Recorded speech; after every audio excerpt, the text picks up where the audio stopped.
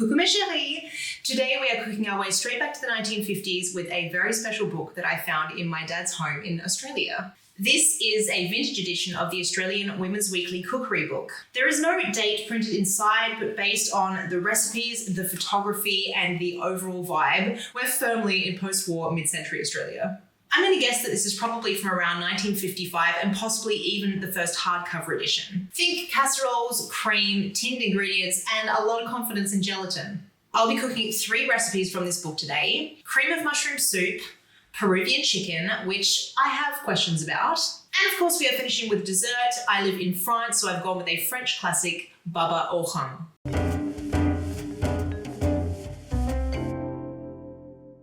Now, I am vegan, so I'll be making some plant-based substitutes for things like the milk, the cream, and the chicken, with some vegan versions of those ingredients, but otherwise I will be following the recipe as closely as possible. Before we cook though, we need to talk about this book because the Australian Women's Weekly Cookery book is iconic. You will find it on the bookshelves of most Australians from my parents' and grandparents' generations, and it quietly shaped the way Australians cooked for decades. I believe my mum has several Women's Weekly cookbooks, right mum?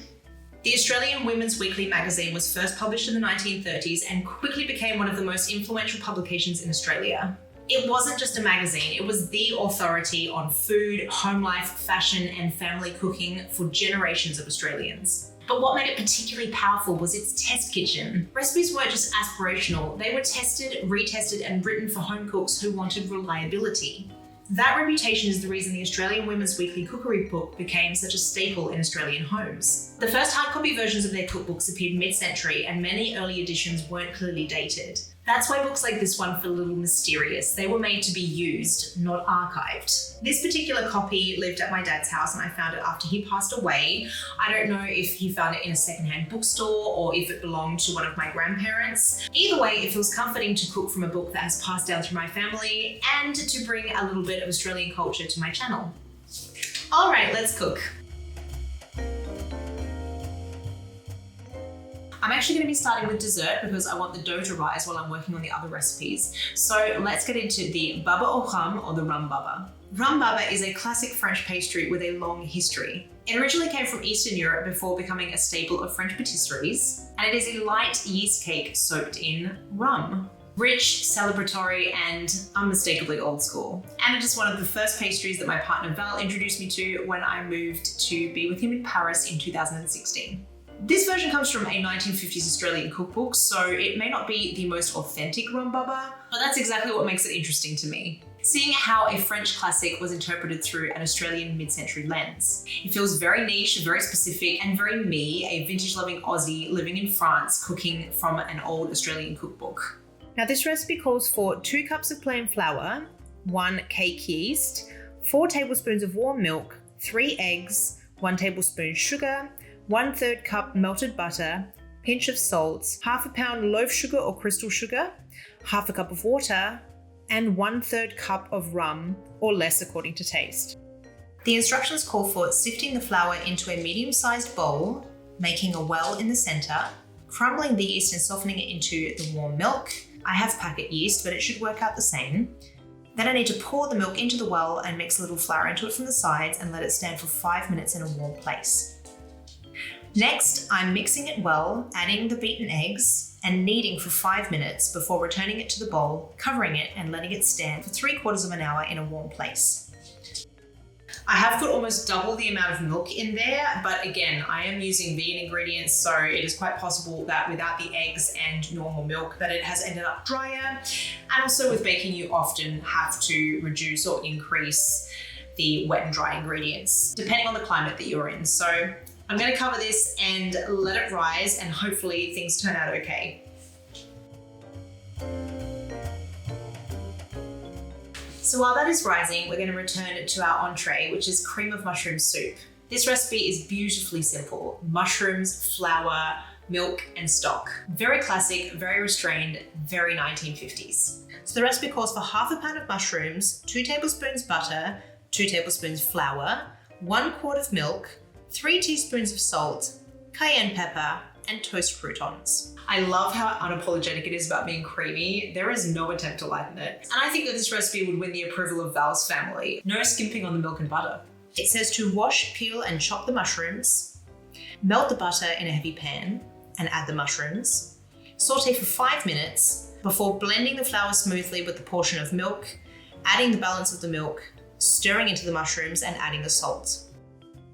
Now I have to add 3 teaspoons of salt, and I'm not gonna lie, I find that quite shocking, especially as someone who has blood pressure problems and is supposed to be cutting down her salts. I guess I'm making an exception today, but 3 teaspoons is a lot.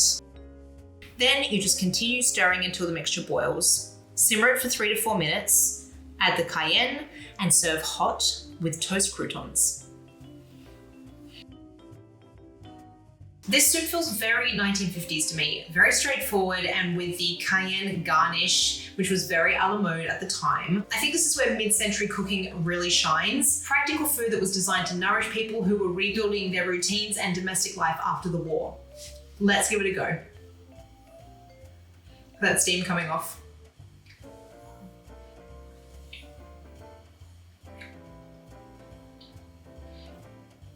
C'est simple, mais parfait. I really thought this was going to be super salty. It's actually really yummy. I stand corrected. Maybe this is the first time on my channel that I have made a recipe that I actually liked at the end. I'm gonna eat this whole bowl. And we are back to the Rhum Baba. So it says I now need to add the melted butter, the sugar, and the salt. That is a lot of sugar.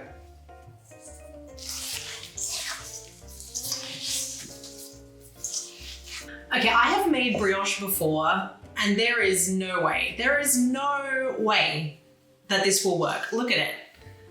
First of all, how on earth am I supposed to incorporate the butter and the sugar at this point, especially that much sugar, when the dough is already kneaded? Like, I can't work it in. It will not go into the dough. So I know they had a test kitchen, but I think maybe someone forgot to test this recipe, because even if I had used real eggs and real milk, there ain't no way this is happening. Okay, for the sake of the video, I have persevered. It now looks like this. It kind of looks like oatmeal. This is a really weird recipe. It now says I have to knead it on a floured surface, which I'm not really sure how I'm going to do that because it's all wet and lumpy and the sugar is not incorporating because it's too late. But we're going to try. We're going to try, and I am going to bake it because I just want to see what happens. I'm supposed to knead it until it becomes soft and satiny. I'm just going to put it in the tin and see what happens.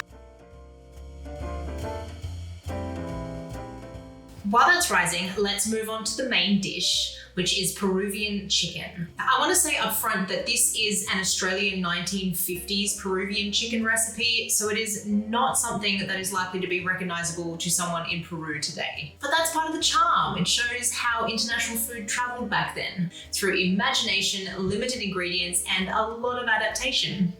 Our recipe calls for 1 chicken, oil or butter for frying, 2 cloves of garlic, a 1/4 cup of blanched almonds, 1/4 cup of seeded raisins, 2 medium tomatoes, salt and pepper to taste, and 1 glass of sherry.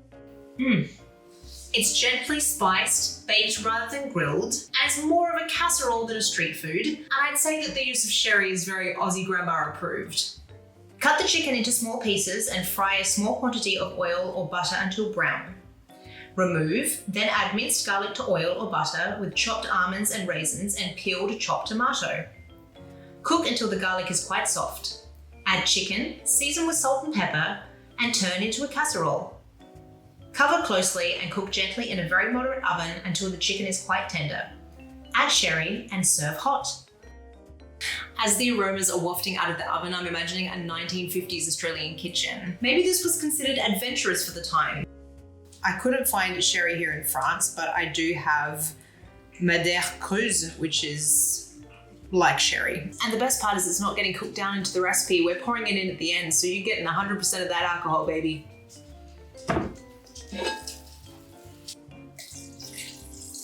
I'm serving it with some rice.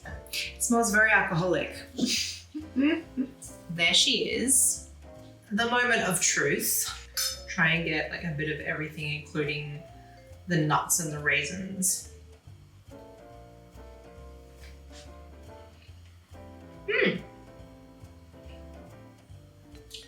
Franchement, c'est pas mal. I think I probably want to cook the sherry into the meal. I would put that in before I put it in the oven, but otherwise I quite like the recipe. Is it Peruvian? Doubtful. Is it comforting and charming? Absolutely. There's something really lovely about cooking food that reflects curiosity rather than accuracy. And it tells you what people wanted to taste at the time, but perhaps it should be Peruvian inspired chicken. Just a thought. I think it is time to accept defeat when it comes to the baba au rhum. It looks exactly the same as when I put it in an hour ago. It's not rising, which means there's no point putting it in the oven. So what I'm gonna do is, as a little bonus at the end of this video, I'm gonna make you guys a Rhum Baba with my own recipe. It is a couple of days later. I have done a little bit of research, and it seems like compared to a traditional Rhum Baba recipe, most of the ingredients are very, very similar. It is just that they're doing more of a brioche, whereas the traditional one would be more of a sponge cake. So I am going to try and redo the recipe using the same ingredients, but I won't be following the progression of steps because it makes no sense to knead it and then add the butter and stuff after it's been kneaded. You just can't incorporate that way.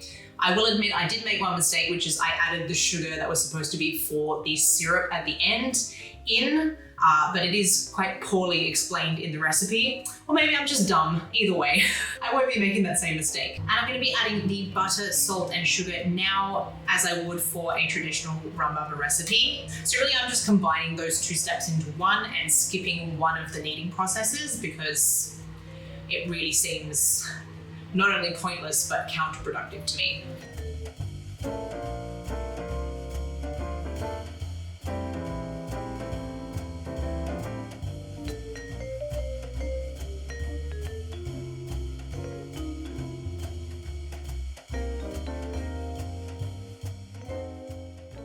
Now I'm combining the half a cup of water with half a pound of sugar and cooking it until the sugar dissolves. I've added the rum to the sugar syrup and I'm now drizzling it over the top. I'm going to be honest, I'm a little shocked. It has turned out really quite well, and despite the dough hardly rising at all before being baked, it rose a lot in the oven. And it is very much a brioche or a bread style rather than the traditional sponge cake. But once the syrup absorbs as the cake is cooling, it transforms completely. This is not your everyday dessert. This is a company is coming dessert. The kind of thing you make when you want to impress or introduce your guest to something completely different. Drizzling a little bit more of the rum syrup on top for good measure. So have I redeemed myself with this recipe? Let's see.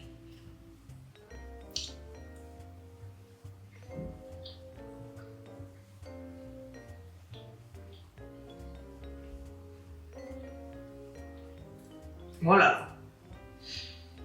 That is absolutely delicious, actually. It's not really like a real Rhum Baba, but it's really, really nice. Definitely worth me redoing the recipe for sure. Val's exact words were, "It's actually good, huh?" Frenchman approved. That's got to be a compliment to the Australian Women's Weekly. Cooking from this book brings connotations of eating meals prepared by my grandmothers when I was a child. The ingredients in their kitchens, clay or Le Creuset pots in the oven, and everything doused in sherry. 1950s recipes are often mocked online now, but these recipes weren't designed to go viral. They were designed to work, to feed families, to bring people to the table. And keep in mind that in Australia in the 1950s, there were very limited ingredients, and I don't just mean limited herbs and spices. My mum has told me that certain vegetables that we take for granted today weren't available when she was a child in the 1950s. Australia was still developing, and what was on offer was very basic and often paired with tinned ingredients. The Women's Weekly Cookbook helped Australian housewives turn pantry staples into flavourful dishes, which is what solidified it in history as the go-to cookbook in Australian homes. I would love to know what you thought of this format, cooking a whole mid-century meal from entree to dessert, and I'm really curious what you think of Australian cooking in the 1950s. Does it surprise you? Does it feel familiar? Does it remind you of things that your parents or grandparents make? Let me know down in the comments. And if you enjoyed this video, please give it a like. It really helps my channel. And if you haven't already, subscribe for more cooking, vintage, and slightly niche food history content. C'est fait avec amour. Thank you for cooking with me today and for letting me bring a little bit of Australian culture and a little bit of the French language into your kitchens. I'll see you in the next one.